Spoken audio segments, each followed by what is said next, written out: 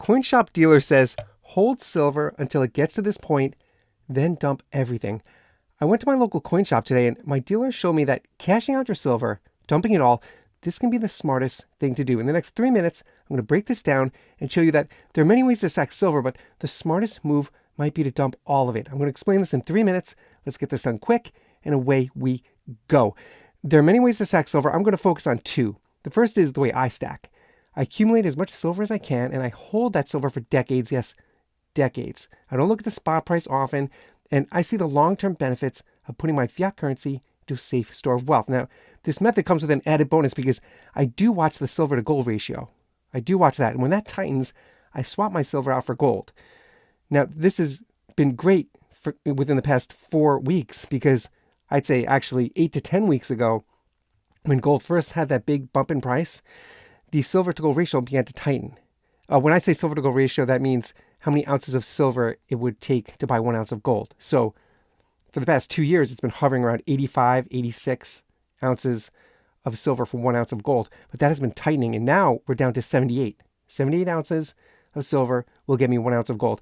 And I like to hold off until that's even tighter, preferably around 50 or lower. And we've hit, in the past 20 years, we've hit around, I want to say 35 ounces of silver for 1 ounce of gold. That hit at least twice. Here's what my local dealer told me today. There's a method of stacking silver that he refers to as the $10 rule. And I'm really starting to become a believer of this because it does make sense. His $10 rule is as follows. Instead of stacking by 1 ounce, which we often do, most silver stackers, we stack 1 ounces, or maybe we'll get a 5 ounce bar or a 10 ounce bar. He looks at his $10 rule regarding filling tubes. So one tube here.